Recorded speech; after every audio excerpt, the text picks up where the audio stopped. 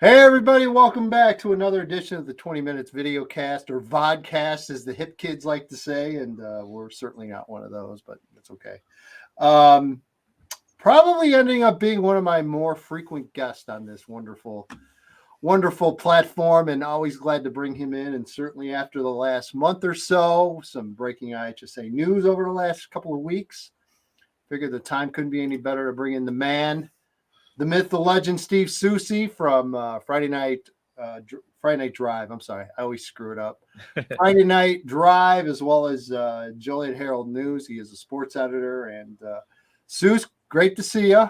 You as well, sir. I saw you back in mid-January, I think, when you came out to my showcase, which was wonderful. Great to have you there.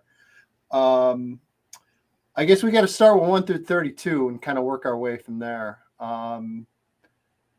Thrilled that it's here. I'm going to make the assumption you probably feel pretty much the same way. I thought what was probably as interesting as anything, Steve, is kind of the timing. I didn't see this coming, and everyone else I talked to kind of felt the same way. They didn't see it coming either. Yeah, usually you hear that little rumble about, about something like this may be coming, or maybe you get dropped a tip somewhere. And I don't know how you experienced the experience, but I basically got the information about 24 hours before it actually happened. And it was like, I'm like, okay.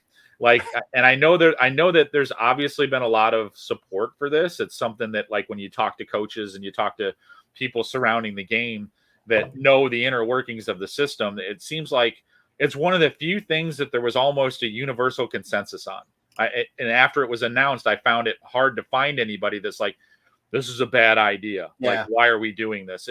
There was very, very few people that were like, hey, why are we doing this? I don't like it. I mean, it was mostly really positive response. And if anything, if it wasn't a positive response, it was more along the lines of, I'm okay.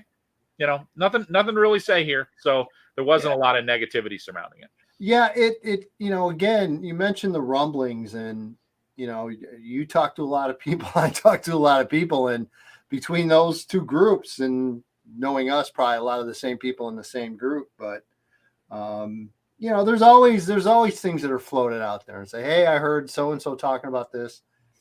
I didn't hear any of that, and I guess that's a good thing. I guess it means that there's things going on behind the scenes that are being worked on. So your initial thoughts on 1 through 32. I mean, obviously I can do it and you can do it. We can point towards each class and specific conferences and areas of the state where you're like, you know what, hey, if I'm in 1A, 2A, and I'm the NUIC, I was doing backflips when this came out, just for the fact that they've been such a strong conference, and it seems like every year they have to go through each other just to get a shot to get a state title. And now maybe under this system, it doesn't say it guarantees that it'll happen, but I think the odds are certainly a lot better that your stronger conferences in certain areas. And then your friends up in McHenry, the Fox Valley, I think of the same thing, where that's a conference that I'm sure can make a claim every year that if things were balanced, they could possibly get two teams in separate brackets down to the state. Just your thoughts overall on 1 through 32 and how it kind of fits in for different teams in different areas. Well, for me, it's the one thing that I think it's not going to completely wipe this away, but I'm going to enjoy a lessening of the conversation when you get done watching a good quarterfinal game or a really good semifinal game of people saying that should have been the state championship game. Yeah, it's not going to go away now. I think that's a misconception of what 1 to 32 really is, but I think it will lessen that conversation a little bit, and I welcome that very much so. And when I did a little bit of a kind of concrete study, like after the fact, and you get a lot of complaining about, like, when we get down to the state finals, how dominant the north side of the bracket tends to be in championship games. And I don't necessarily know if it's from a win-loss perspective. I think it's from a point margins perspective. And I kind of wish that I would have had a little bit more lead time, and knowing that this was coming, so I could have dug into that a little bit more. I was actually surprised to find out that the win percentage of the northern bracket against the southern bracket since we've been in this situation was about 72% to the north. Yeah. I thought it would actually be a little bit higher, to be completely honest with you, based on just kind of the general feel that you get, like when you're down there and you go through a day of 4 lopsided outcomes that all favor the north bracket. There's always that chatter about it. And I think some of that percentage is helped out, obviously, by the success that Rochester and to a lesser extent that Sacred Heart Griffin has had. But you do generally get the feeling when you're going into the state finals, at least in 1 through 6A, that if you didn't know anything about the teams and just picked the team on the northern side of the bracket, you had a much better chance of being right in who was going to win the football game. Yeah. There's going to be a few grumblings and some gripes. You know that there's going to be a Cahokia going to North Chicago or something, just to give you an example. There's going to be schools that are going to make the 300-plus mile trip one way. It's going to happen. I think everyone understands that. And Steve, honestly, in more cases than not, which you said earlier, I think coaches welcome it. They haven't had a chance to do that in a lot of cases, certainly in, I think, 1A and 2A and the smaller classes in particular. And the thing that I think drove me nuts about it more than anything is you have your schools, your traditional power schools in your certain classes in certain areas every year. And every year, in a lot of cases, Steve, will wind up playing the same damn teams every year. And I think this, again, the prime example is an 8A this past year when, I'll never forget it, week 9, I covered Naperville North and Nequa. And Naperville North won on a last-minute touchdown, and the game's everyone's nuts. And I see Sean Drendel at the 50-yard line. He looks at me, he goes, "I know we're playing Naperville Central in round 1. I know." Yeah. And this is right after the game. And sure enough, they did. But I thought his response to that was interesting because he said, "Look, under the old system, with geographic played into account, they almost they expected that every year. It became a regional, but like basketball tournament. At least under this system, this 1 through 32, it made sense. You understand it. You know that, okay, there's not a perfect system that's going to separate everybody, but at least on paper, when that does happen, at least it makes some sort of sense." Yeah, I mean, you can justify it. It's like, for me, when I look at the people that are maybe a little cheesed off about the potential for, Cahokia to play, for example, Crete-Monee in the first round of the playoffs. It's just a random example. Those are people that, like, I understand what they're saying, but I think maybe they don't understand the geographic landscape of the state. Because if you take a class like 4A or 5A, some of these trips are already happening in the 1 to 16 situation because of where the north-south line is drawn. If you look at, for example, the path of like a Joliet Catholic in the past when they've been put in the south bracket, I mean, there have been opponents that have had to make 4 or 5 hour trips up to them. There are times where they've had to make 3 and 4 hour trips to get to someone else. And that's in the 1 to 16 north to south format. So some of these classes are so geographically spread out that north to south brackets weren't really conditioning against this very much. I mean, yeah, we're going to have some very strange trips, I think, in the first round.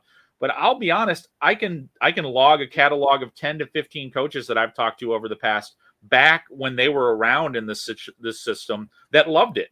Like, I mean, you talk to Wilmington and they were like, and they'll still talk about when they had to go down to Mount Carmel and play in the Snake Bowl. I mean, that's an example of a first round playoff game that would never be created in the 1 to 16 situation. But those guys are still talking about it 20 years later. I mean, the experience they had, the differences that they experienced on their trip, their journey, going down there, having that in the fold. I mean, it still racks up as one of my favorite playoff memories, is making that long trip and then hitting another game at a high school that I barely knew existed on the way home for a night game. So it created opportunities. It creates a chance that these things will happen. And you might end up getting the same situation that you had before. You might end up drawing the same team from the same conference. I mean, I redid it. I redrew it with these new rules. And yeah, there were some exact same pairings that came out across the fold. But the one thing that I'm going to like now is that when we look at the brackets overall, you're not going to see like a situation where one side of the bracket has 5 undefeated teams and the other side of the bracket has none. Yep. It's not going to happen. They're going to be redistributed in a way that makes it less likely that we're going to get quarterfinal games that you could have easily seen as a state final. And I think that's a good goal, and that's with limited negative connotations to it. There are going to be some things that aren't great, but yeah, I think for the most part, it's just a positive thing all around. So you are obviously, you're notorious for your playoff projections and what you've been able to put together over the year. You take out the geographic principle of this now. How much of a time saver is that? Have you thrown out your rubber bands? Do you still have your maps in your rubber bands? Does it help save you some time and headache, or is it just moving the headache to another area? Oh, I think this is going to be a situation, honestly, where like it's still going to take me a ton of time to do it in regards to in the middle part of the process. But once we get down to week 8 and week 9, where the levers aren't moving quite so much, once you get that field kind of nailed down to where you think the 256 is, it's going to save me an immense amount of time. There will be situations like on that week 9 Friday night where I can tell you exactly what an upset win does to the field in less than 5 minutes. Yeah. And that's something that I have never been able to do. I mean, there are just too many things to speculate upon.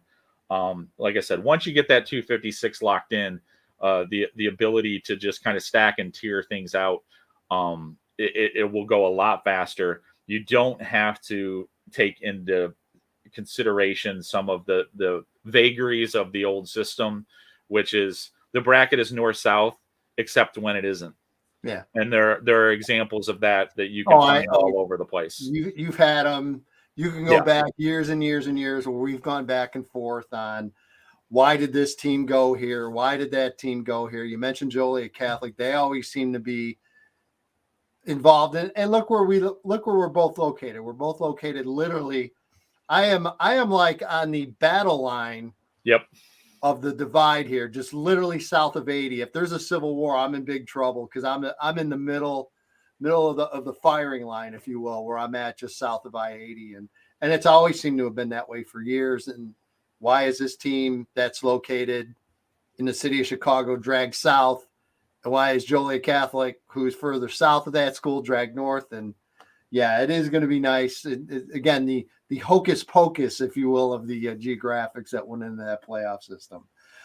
Who are the winners in this? I mean, I think you mentioned some of them before. Like the NUIC is one that jumps off the page to me in regards to how this goes.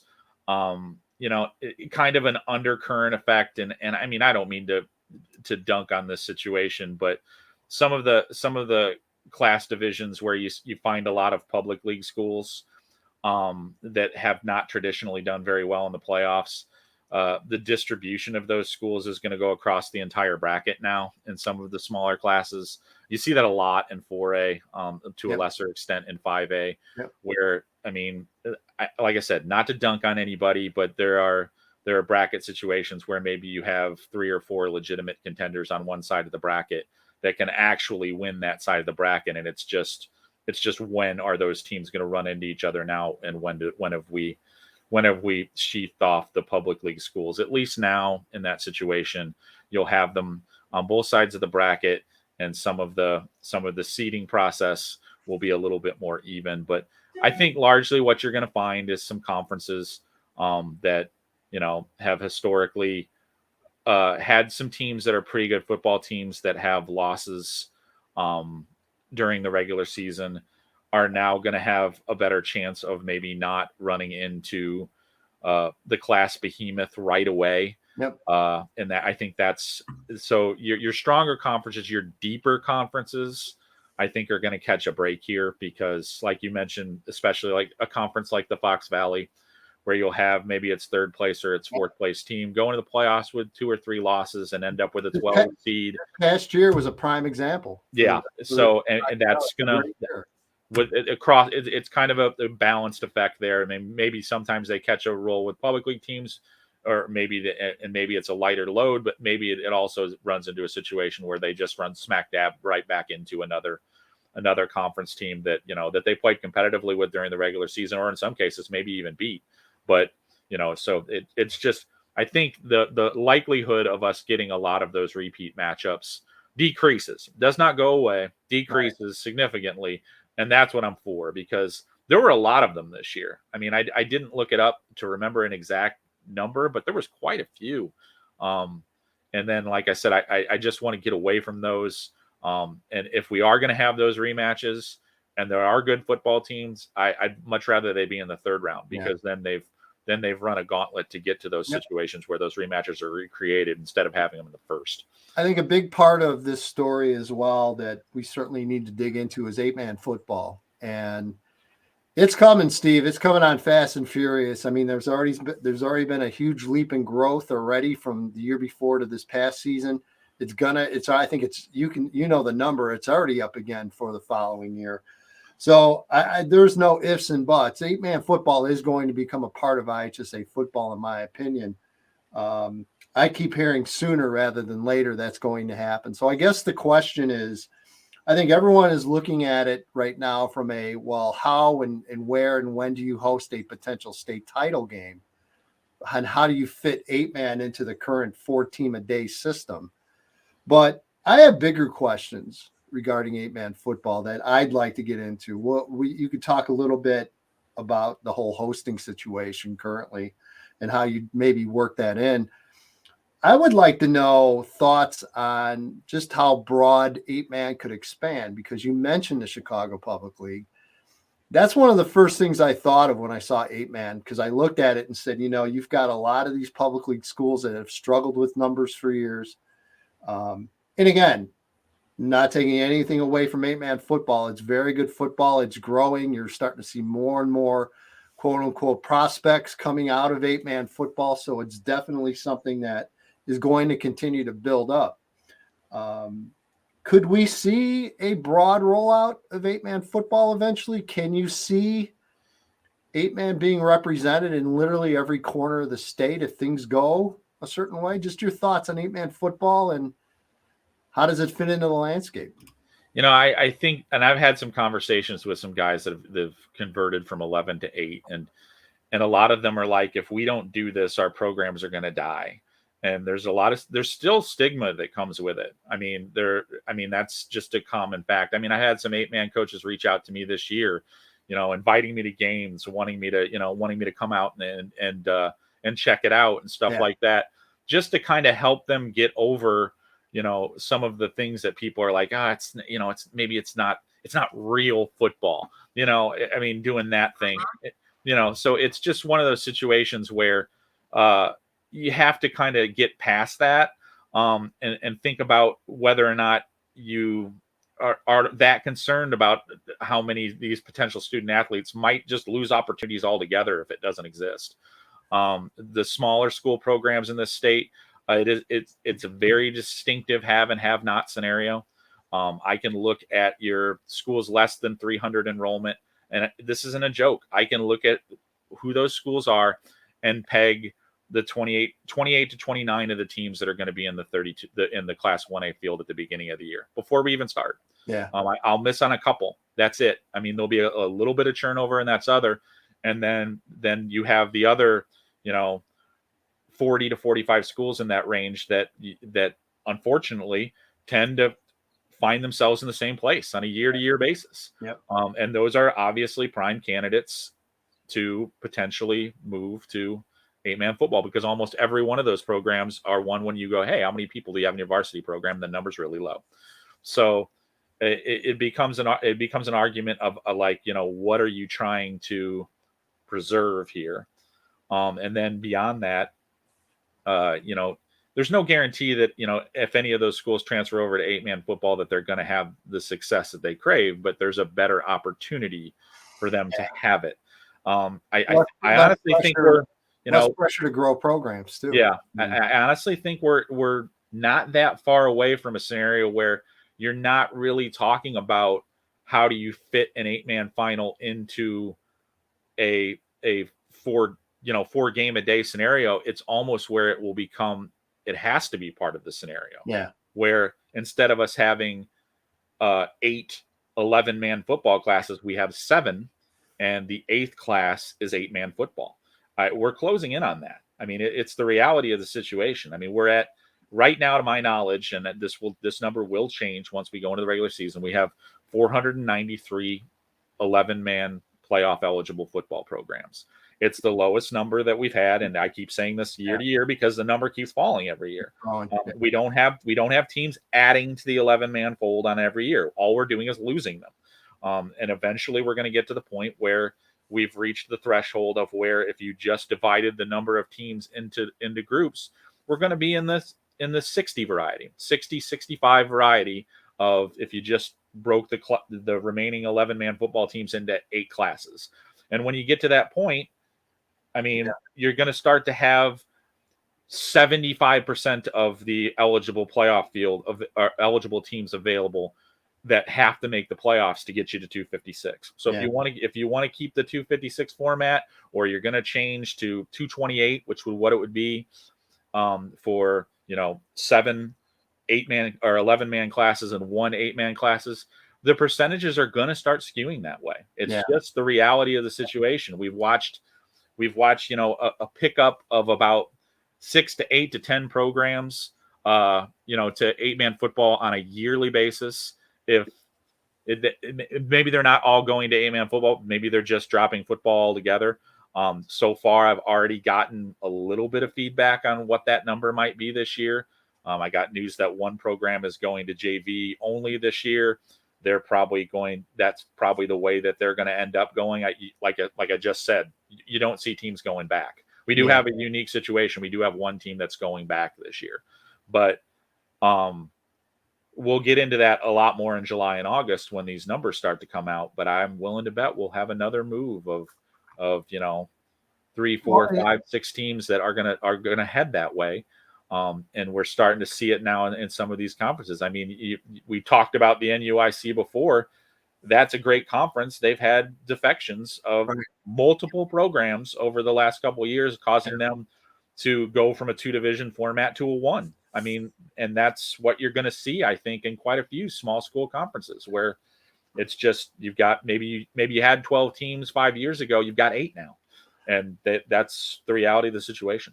And it makes all the sense in the world that it had to shake out and eventually fall to IHSA and IHSA football. Just look at the state and the lack of growth in the state over the last, decade plus, and you continue to look at overall population numbers here. I mean, we're always one of the top 2 or 3 of people that leave the state every year. So again, it all comes to fruition. It all ties into each other, and less people here. It makes sense that eventually you're going to continue to dwindle down, and your participation numbers are lower. And that certainly, I think, has a place in this as well, where you just have a smaller total number of kids to draw from, and it all kind of circulates and falls its way down. So interesting times ahead for sure. When we talk about 8-man a little bit, about how it fits into the current IHSA playoff format, first of all, what would you do with it right now if you had to put an 8-man game into the current format of the 4 games for 2 days, 4 games each day for 8 games total? How would you try to fit that in if you had to?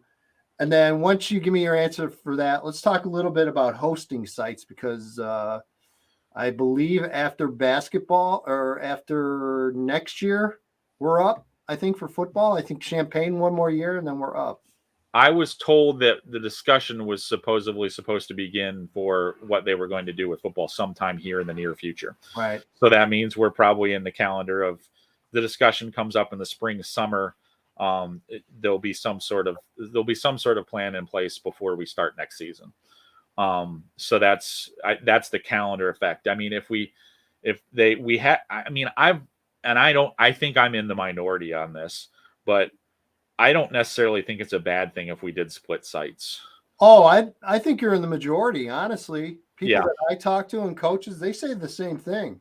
Yeah. I think, Steve, for the, it's funny how they just kind of, I just say, kind of fell into it or lucked into it or what have you, because Illinois, obviously their schedule changed. They added a Big Ten game, so they had no choice but to back out every other year. I think it keeps it fresh. I think it gives a different look and a different feel every year.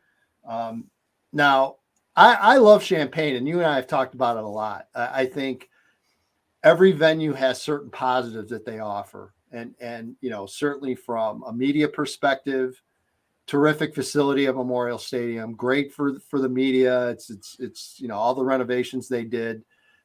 It's still a Big Ten school. It's still a Big Ten facility. Yeah. Fitting 10, 12, 15,000 into an 80,000 seat stadium. It's never a good look, but it sounds good. The kids get excited, and I think the coaches get excited. Northern, the same thing. I think the fact that you're closer to Chicagoland helps. I think the way that stadium is designed, it sounds loud, it plays loud, it looks good. And, and they both have negatives about them as well. I just think it really works. And I think I don't think there's any question that Illinois State's going to get involved in this. They have been wanting to get back in for a while. And I think this is their chance to get back in. I don't know how it shakes out, Steve. I would love to even consider a 3-team rotation. If they want to go Illinois State, Northern, and U of I, I'd have no problem with that either. Yeah, it wouldn't bother me. It's just one of those situations where, like you said, I think everybody has their positives and negatives in this situation. My preference is to Champaign. It's for selfish and personal reasons, but it's not something where I'm going to stand on the table and go, "This is the biggest atrocity in the history of the world." If they're not part of the rotation moving forward.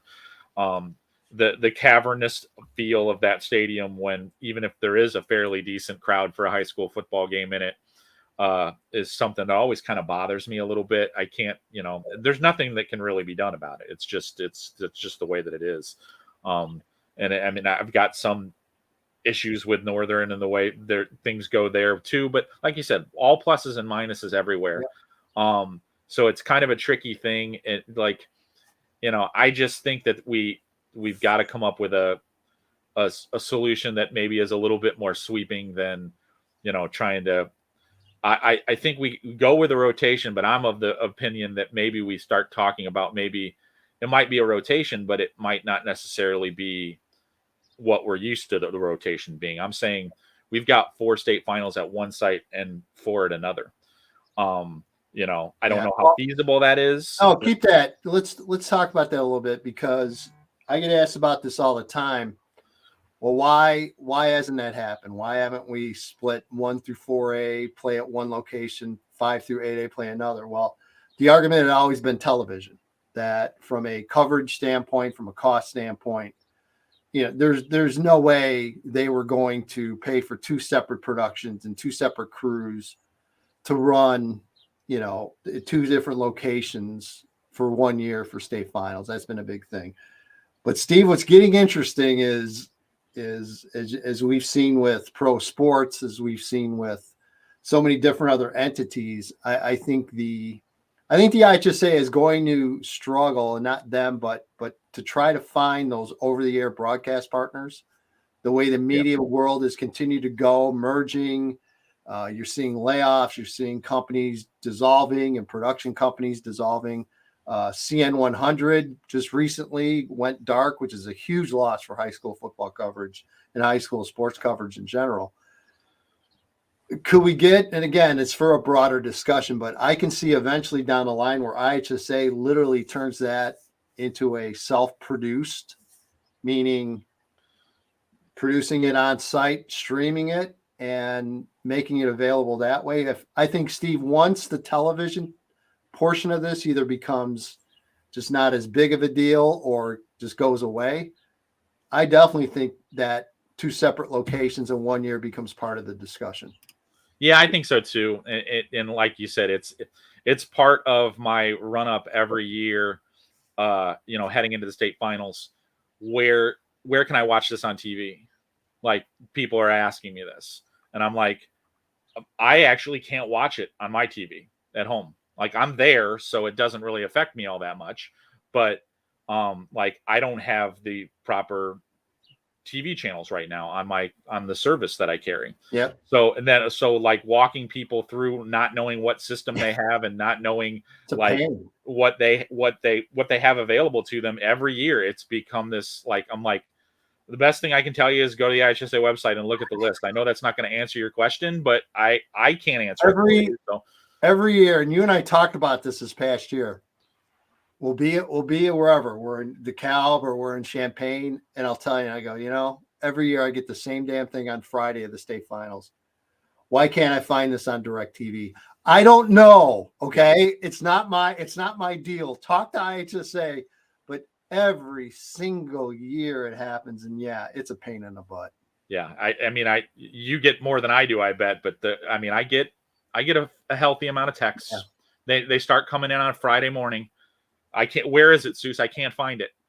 Like I'm like, I'm not the TV guy. Yeah, I just know. like just. Yeah, you have nothing better to do. I don't So know what sit to, at I don't home. know what to tell you, man. I'm like, that's where we're at. But yeah, I think once we get to the point, and I don't think it's that far away, to be completely honest with you, Yeah, where I think that the element issues are is moving. the Yeah, element is removed from the equation. I think that it is more feasible.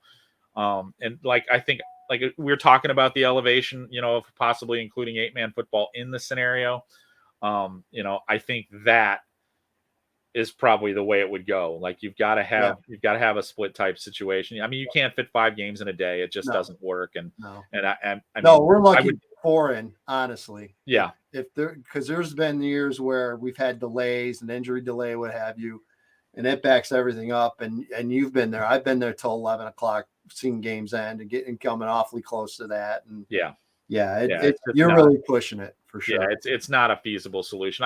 I still think, I personally think, if you put me on a timeline, I think we're 5 years away from the scenario that I laid out before, Yeah, where your 1A final becomes 8-man football, and yeah, then everything becomes skewed. You're now you might think of it as the 2A final, but it's not. right. It's a 1A 2A Right. final, but Yep.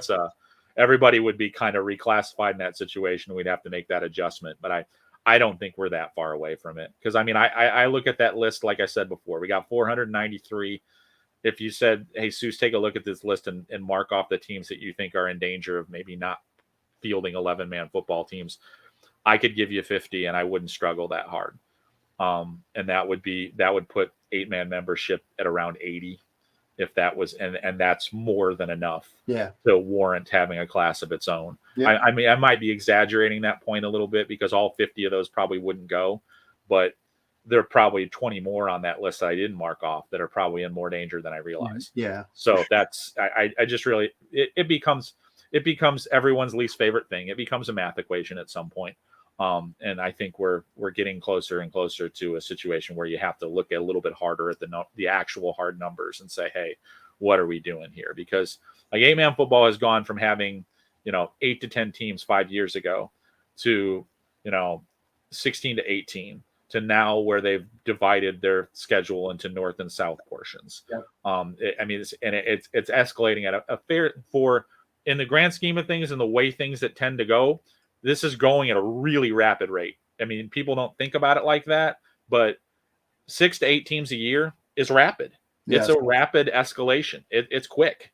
So, I mean, if that keeps happening like that, I mean, I haven't heard as much buzz as I've heard in past years, but that's also because 2 or 3 of these announcements have already been made. So I was already making adjustments to that. So, and we're going to get a few more. We'll have a few more programs always that you start And hearing about. it seemed like last year, and again, last year was so weird to begin with, but it seemed like more and more of those decisions seemed to had been made March, April, May, like almost looking at the end of the year and trying to project their freshmen and what they were going to have coming in, and kind of sounding almost like an audit of everything they have, and then making that final decision before summer and contact days started. Yeah. That's what it seemed like to me. And I would not be surprised to see that happen again for the small enrollments, to figure out, hey, all of a sudden, no, we're going to go 8-man this year instead. So well, I've had some programs that, like, you would never think we're having these discussions that were coming to me and we're saying, same what do you think? I mean, about how, would it work for us? What do you think the big obstacles would be? And I'm like, and like, they'd come back to me after the fact and say, these were the 3 options and this is what we went with. And one of those options was 8-man football. And ultimately those schools didn't decide to do it yet. But the fact that those are in the conversations now with some of these schools, I'm like, really? Like, it's surprising more than anything else. And I think it's going to escalate. I was talking to someone about it recently, and I don't know if it still exists. I haven't looked at the I8 bylaw or the 8-man football bylaws, but originally it was designed for schools with an enrollment. They had an enrollment cap on whether or not you could participate in 8-man football. I think they're going to have, if it still exists, I think they're going to have to investigate whether or not that's the right thing for them to do, because I think they're going to have some inquiries inquiries from some schools that are much larger than that number. Like I mentioned, and what do you say to them? What do you say to them? Public week schools, Yeah. schools of that nature, with maybe 2,500 kids or 1,200 kids. Yeah, so you might start getting inquiries from them as well. Yeah, so like I said, I don't know if that still exists, and maybe that was something when they were still kind of a fledgling operation, and maybe they've readdressed that. But I think what they say when I talk to them is that they're just about giving people opportunities to continue playing that maybe not had it before. Yeah. So, and if they're true to their word, and I have no reason to believe that they're not. Right. That's something that I think we're gonna have to look at. There's going to be some schools that are investigating this, that are looking at it, that, like I said, never would have suspected that 5 to 10 years ago. Teams that have had postseason success in 11-man football, that are just struggling with numbers problems that they genuinely don't think they're going to be able to get out of, either from just general disinterest in doing the program to enrollment falls in the school. I mean, if you know enrollment numbers, and I think I'm qualified to talk about this as much and more as anybody is, there are some enrollment numbers that I think if you were to guess what they are and then been told what they actually are, your hat would pop off. I mean, the reality of the situation is almost every school in the state has suffered some sort of enrollment drop over the last 5 years. Almost every single one of them. Some of them are more precipitous than others, but they're all over the place. Yep. No, 100% agree. Again, so I've already kept you almost 20 minutes past 20 minutes. So it's just in theory. 20 minutes is just in theory. I know. The whole goal is always to overshoot it. Yep. Will County, we'll put your Homer hat on for a minute. And since I live here and work in the media here as well, I'll put mine on as well. 3 state champions in football last year. First time ever in this entire area. Did it finally kind of hit you afterwards that, like, wow, this was one hell of a year for this area? I mean, I think it actually hit me on the drive home. Yeah. From DeKalb. It was like if you would have told me that before the year, I would have told you, no way. I mean, like, I'll be honest, all the way back in August of previous last year, like, I was joking around over at Wilmington, and I said, you're going to get in 2A this year. And we're going to be talking deep. And and he just laughed at me and said, because he knew what was going on too. And then he looked at me after the final. He just gave me that cockeyed nod, like, yep, and so that was just kind of funny. But, like, I mean, when I think back to, I expected Joliet Catholic to be in that situation. I did all year long, obviously.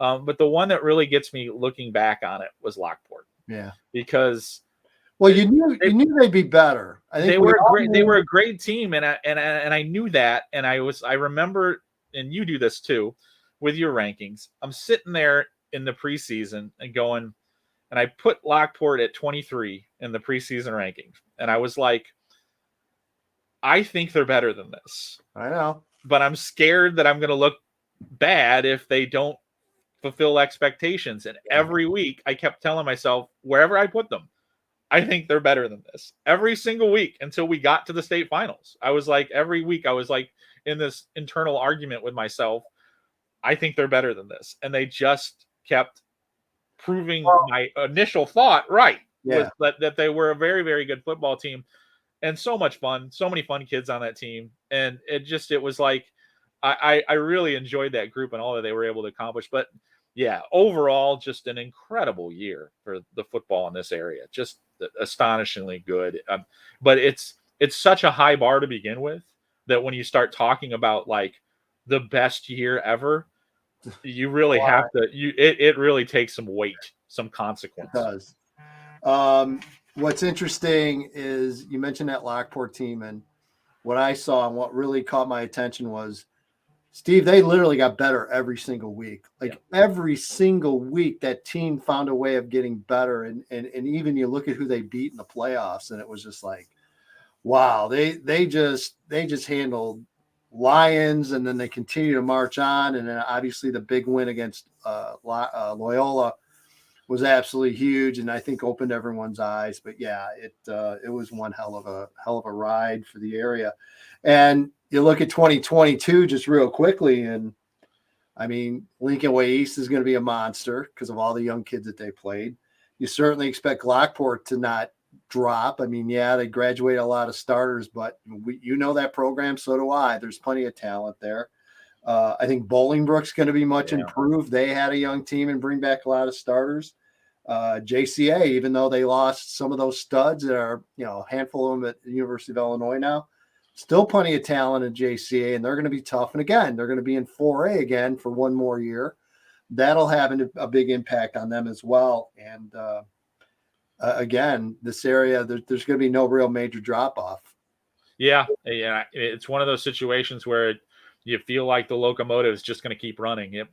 There might be different passengers, but it just really feels like that this area is well positioned to continue to make a deep impact in the postseason. Whether we're playing 1-32 or 1-16, doesn't matter. Yeah, I just looking forward to another great season. Hey, I kept you long enough. I know you have exciting basketball to get to. And can I make a public service announcement to anyone who's gotten to this point for listening to it? Yeah, should I give them a free month subscription or what? No, I'm just telling. Here's something that I would just like all coaches and athletic directors to know that have gotten to this point of the 20 minutes that has spawned into 40 minutes. Check your schedules, check your contracts, because I've been running into numerous incidents the last couple of weeks of teams believing they're playing someone that they're not. So just letting you know that you might want to, especially those non-cons, check those non-cons and make sure that those things are still in order, because the schedule landscape is looking pretty bleak for 2022 if you're looking for a game at this point in time.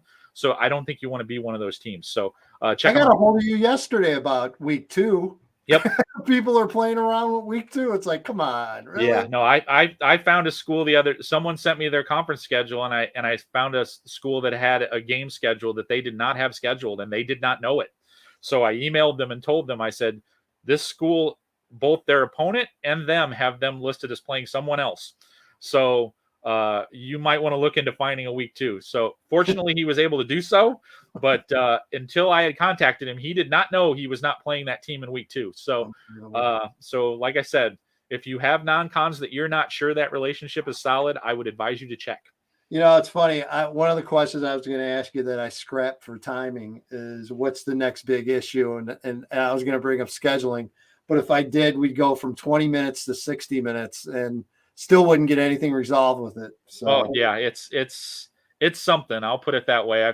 I've been talking with schools, since I start digging out the spreadsheet, which is basically about the week after the regular season ends for the next year. But there's got to be a better way to do this than the way we are, because we're hunting and pecking and trying to find who's got who and who doesn't, and people are bailing out of contracts and jumping into new ones, and it's not a great look, and sometimes we get into some real yucky situations for certain teams. He is Steve Soucie, Friday Night Drive, Shaw Media, Joliet Herald News. If you're watching this, you know who the hell he is. I don't need to tell you.